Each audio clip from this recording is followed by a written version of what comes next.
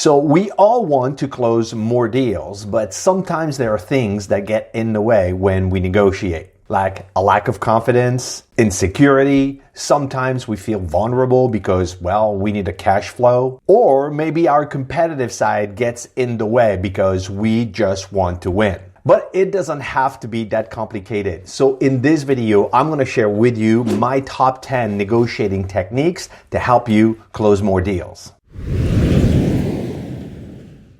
Hey everybody, this is Antoine, and on this channel we talk everything business and marketing to help you grow. Whether you realize it or not, you are constantly negotiating with your spouse, with your kids, with your boss, with your employees, with people in the store. Even crossing the street sometimes is a negotiation. Sometimes we think that when we're selling something, we're trying to get someone to do what we want, or trying to convince them to do something they may not want to do. But when you're negotiating well, you're really just getting them to do what's best for both parties. You're basically creating a win-win proposition for them to step into. Now, there are some universal truth and best practices that can have a huge impact on your bottom line. And I'm not talking about quick fixes or gaming it, but I'm talking about proven techniques and best practices I've used in the last 25 years to negotiate contracts and deals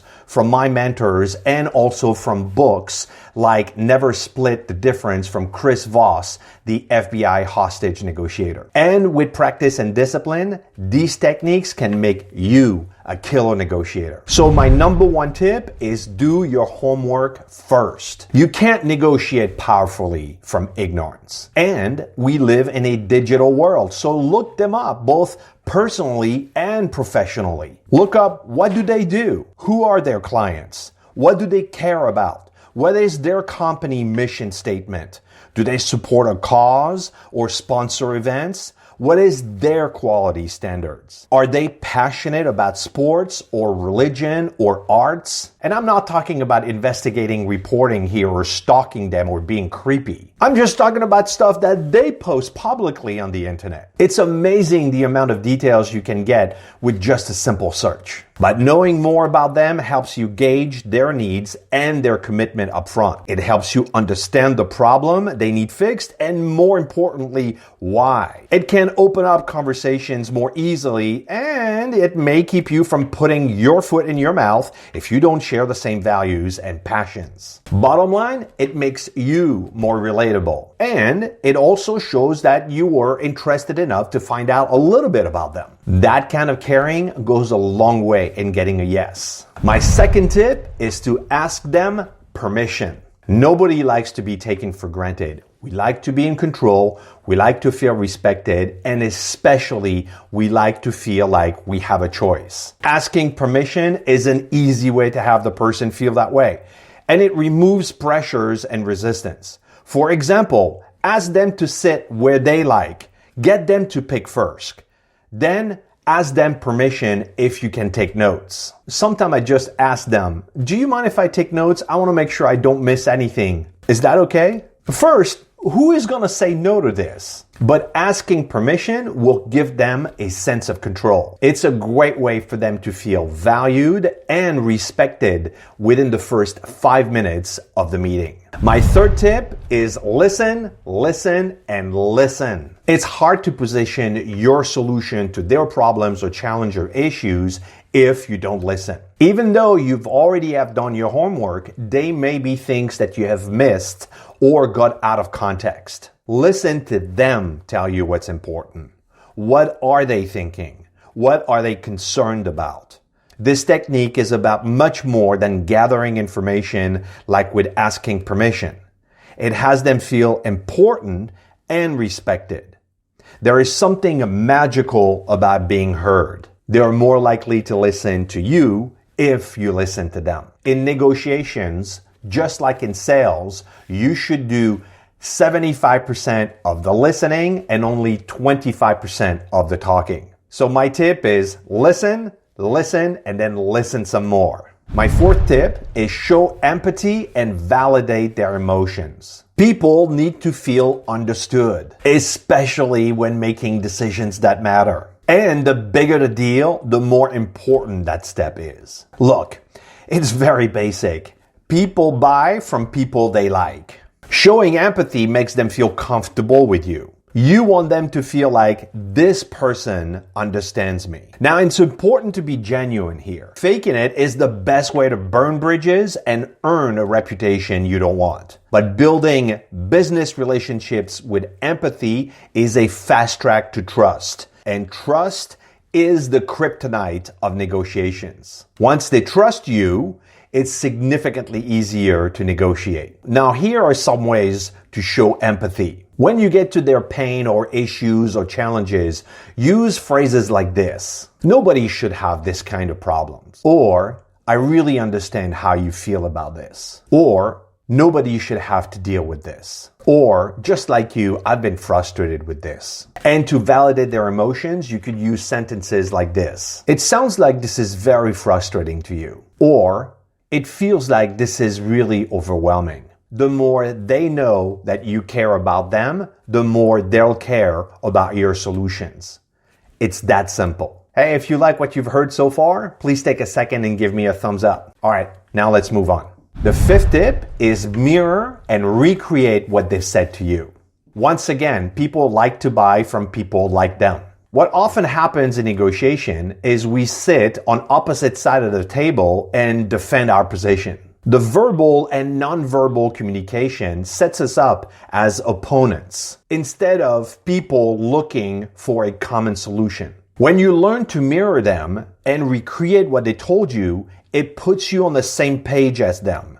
And instead of opponents, you become collaborators looking for a solution to the same problem. It's just another way to have them experience being heard and understood. Just follow the body language, formality, or casual approach they have. Now ask them if it's okay to recap what you've heard so far, and specifically recreate the emotions they've shared with you verbally and non-verbally. Were they frustrated or unhappy or overwhelmed? I usually say something like, let me recap everything I've heard from you just to make sure that I've captured everything. And now it's time to leverage the notes you've been taking all along. And then ask them something like, did I miss anything? Or is there something else you'd like to say? And if they want to add more details, then listen to that and recreate that again. Communicate to them what they have communicated to you. Just mirror their emotions and recreate every single word they told you,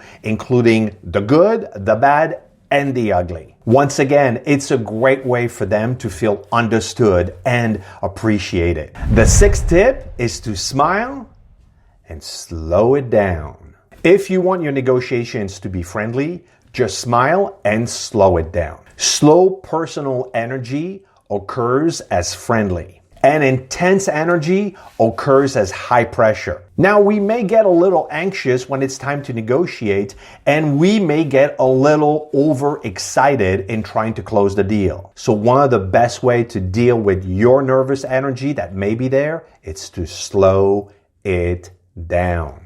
Now, the details and nuances of the conversations matter, and you can catch them if the conversation goes too fast or if you're too excited. Smiling and slowing it down occurs as friendly. It feels like you're taking time to listen and understand like you care. Sometimes amazing things happen when people believe that you care, and you leave room for them to speak up. So smile and slow it down. The seventh tip is use scarcity. If you are alive and on social media, you have probably heard of the acronym FOMO, the fear of missing out. And that's the thing, because psychologically, more often than not, people are motivated by the fear of loss than the benefit of gain. They are more likely to take on risk and commit easily to avoid giving something up. You've probably seen similar strategies used by retailers like limited time offer, or only good through March 31st, or only 2 left in stock. And this can work very well. But it's important to be genuine here. Don't invent scarcity for the sake of it, Or you could completely derail the negotiation by people thinking you're making this up, and then you're going to lose trust. This isn't about using gimmicks. And if you can genuinely let someone know that you have a break in your production schedule the third week of April, or it will have to wait until early July to begin, that's giving them important information to choose from. And it's in line with finding a win-win solution. So use scarcity, but use it honestly and wisely. The 8th tip is to address the negative. One obvious and often overlooked strategy to getting a yes is simply removing obstacles. Salespeople sometimes argue with objections or trying to prove they're right, or that the objection is not valid. This isn't a time to start an argument. You don't want them to retreat. You want them to lean in. So you can ask them questions like, what part of this doesn't work for you? Because you honestly want to know. And there are two ways that this can go. You can simply defend yourself or just agree with them. One of the techniques I've been using for years is when people push back with, wow, it's very expensive. I just agree with them. I'll say, yes, it's very expensive, but that's what it takes to get it done right. The key here is not to defend your position. If you've done your homework and understand their problems, the deal you presented is fair and is in their best interest. By exposing the concerns, you can remove obstacles in an objection in a way that feels good and comfortable to them. Let them talk themselves into buying from you, but don't step over or defend the negatives. The 9th tip is to have them say yes 3 times. If they say yes 3 times, you are well on your way to have them talk themselves into the sale. And I'm not talking about tricking them into a yes. It's not momentum selling where they are driven down a path where they have to disagree with themselves. It's not a con or a manipulation. It has to be genuine and natural. It's really about the quality of your questions. So consider these questions that I use all the time. Does that fit with what you had in mind? Is our pricing within your budget? And does this timeline for delivery work for you? And if I get 3 yeses, I know it's in the bag. But if I don't, then I know I have more digging to do. The 10th tip and my golden rule is you can't negotiate unless you can walk away. Not all deals are right for you. And if you can walk away, you have lost your negotiating advantage. Knowing where your line in the sand is super important. And believe me, I've been there. Staring at the payroll coming up and needing to pay bills. I have made a few mistakes because I needed the cash. Taking on the wrong clients or negotiating for the deal rather than a win-win can be tempting.